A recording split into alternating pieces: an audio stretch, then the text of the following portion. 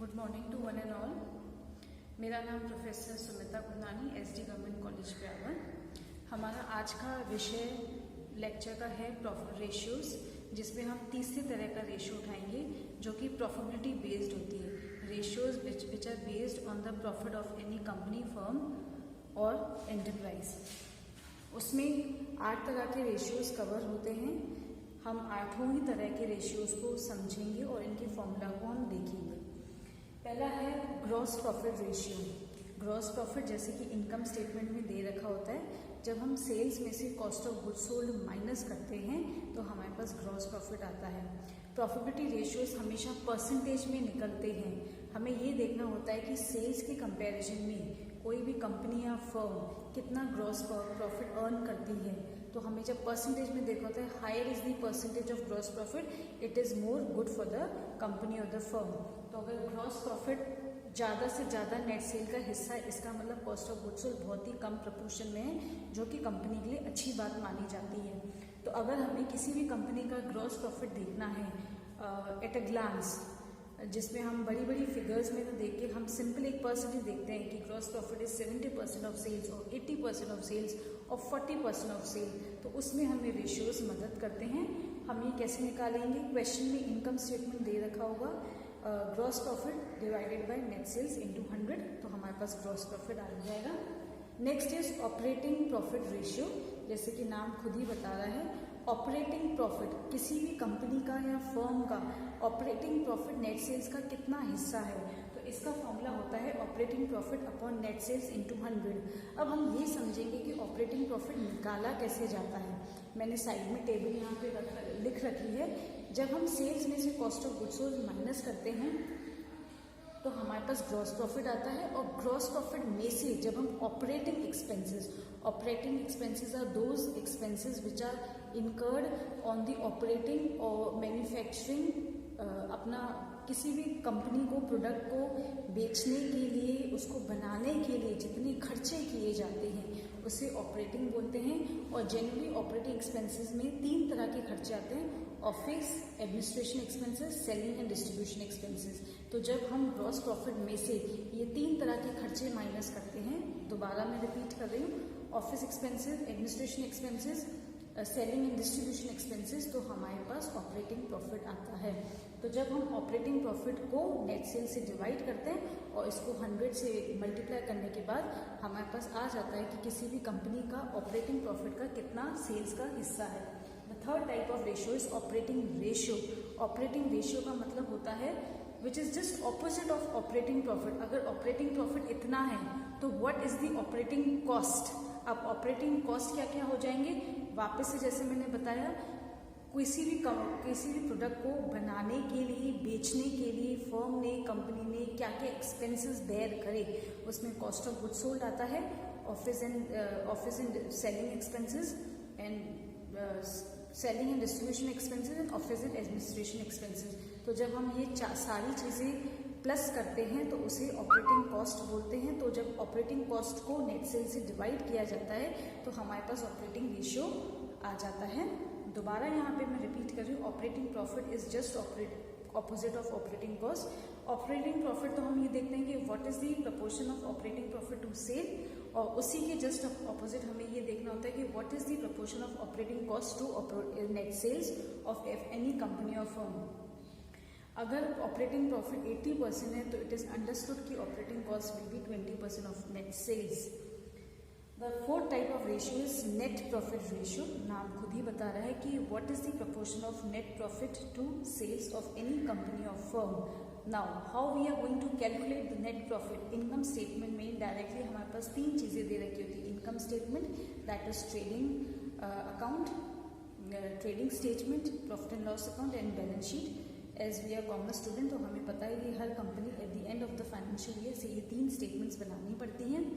Profit and loss account में net profit का ratio दे रखा होता है। कभी कभी क्वेश्चन में डायरेक्टली ना देके हमें इनडायरेक्टली चीज़ें दी जाती हैं, तो हम उस केस में नेट प्रॉफिट कैसे मेंशन करेंगे। यहाँ पे मैंने टेबल में लिख रखा है, sales minus cost of goods sold equals to gross profit. Gross profit minus operating expenses equals to operating profit, and operating profit को हम एक तरह से नेट प्रॉफिट भी बोल सकते हैं. Operating profit is equivalent to net profit. अगर क्वेश्चन में दूसरी चीजें नहीं दे रखी है, अगर क्वेश्चन में the information regarding non operating expenses and non operating income is given, तो हम ऑपरेटिंग प्रॉफिट में नॉन ऑपरेटिंग इनकम को ऐड करेंगे एंड नॉन ऑपरेटिंग एक्सपेंसेस को माइनस करेंगे. तब हमारे पास आता है earning before interest and tax, जिसको शॉर्ट में EBIT बोला जाता है. EBIT को नेट प्रॉफिट बोला जाता है. तो इट डिपेंड्स कि in question what information is given. Generally in the question the information regarding non profit income and non profit expenses are not given, तो हम ऑपरेटिंग प्रॉफिट को ही नेट प्रॉफिट मान लेते हैं, ये मानते हुए कि non operating income and expenses are zero और nil. Next fifth type of ratio is return on capital employed. हमने जैसे कि लास्ट लेक्चर में कैपिटल एम्प्लॉयड का मीनिंग पढ़ा था. Capital employed generally these are the long term funds of any company. तो हमें ये जानना होता है कि जो नेट प्रॉफिट है वो कैपिटल एम्प्लॉयड का कितना हिस्सा है. तो इसका फॉर्मूला निकलता है net profit upon capital employed into 100. Net profit मैंने आपको बता ही दिया कि हम कैसे कैलकुलेट करते हैं. कैपिटल एम्प्लॉयड लास्ट लेक्चर में we have already discuss, again here I am repeating. जब हम टोटल लायबिलिटीज में से करंट लायबिलिटीज माइनस कर देते हैं या टोटल असेट्स में से करंट लायबिलिटीज को माइनस कर दिया जाता है, तो हमारे पास कैपिटल एम्प्लॉयड बचता है, जिसको दूसरे शब्दों में लॉन्ग टर्म फंड्स भी बोला जाता है. The next type of ratio is return on share holders investment of funds. उसको हमें उसका फॉर्मूला होता है net profit upon share holders funds, जिसको दूसरे शब्दों में that is the other name of share holders funds is proprietor funds और नेट वर्थ. अब ये शेयर होल्डर्स फंड्स और नेट वर्थ कैसे निकाला जाता है. Equity share capital plus reserve and surplus plus general reserves plus preference share capital. जब हम इन चारों चीजों को ऐड करते हैं तो कंपनी के पास शेयर होल्डर्स फंड्स होते हैं. Share holders means all the shareholders who have invested in the company, whether they are owners of the company, that is equity share capital, or they are outsiders of the company, that is preference share capital. And as we already know, general reserve and surplus are always part of equity share companies because they are the owners of the company. तो जब हम ये चार चीजें add करते हैं, equity share capital, general reserve and surplus and preference share capital, इन चारों चीजों को ऐड करने के बाद हमारे पास शेयर होल्डर्स फंड या नेट वर्थ बचता है.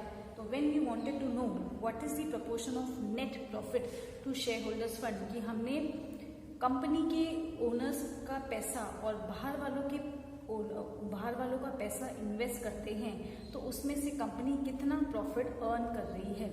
जब हमें ये जानना होता है तो हम उसको return on share holders investment के माध्यम से पता कर सकते हैं. Next is return of equity share capital. जैसे कि नाम भी बता रहे हैं, हम सिर्फ ये देखना चाहते हैं कि with the investment of owners capital what is the amount of net profit company is able to earn. तो नेट प्रॉफिट आफ्टर टैक्स, उसमें से हम प्रेफरेंस शेयर डिविडेंड को डिडक्ट कर देंगे, क्योंकि हमें यहाँ पे प्रेफरेंस शेयर होल्डर्स से कोई मतलब नहीं. हमें सिर्फ ये जानना है कि कंपनी के ओनर्स के फंड्स के साथ कंपनी कितना प्रॉफिट अर्न कर पा रही है. तो net profit after tax minus preference share dividend upon equity share capital. Again, here I would like to mention equity share capital will include equity paid up capital, reserve and surplus and general reserve only into 100. And last type of ratio is return on total assets. नाम खुद ही बता रहा है, company के जितने भी total assets हैं उसका नेट प्रॉफिट का कितना प्रपोर्शन है.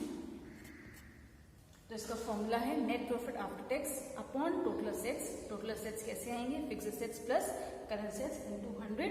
तो we would come to know कि what is the proportion of net profit to total assets of any company और फर्म. तो ये हमारे 8 तरह के रेशियोज प्रॉफिटेबिलिटी रेशियोज में कवर होते हैं.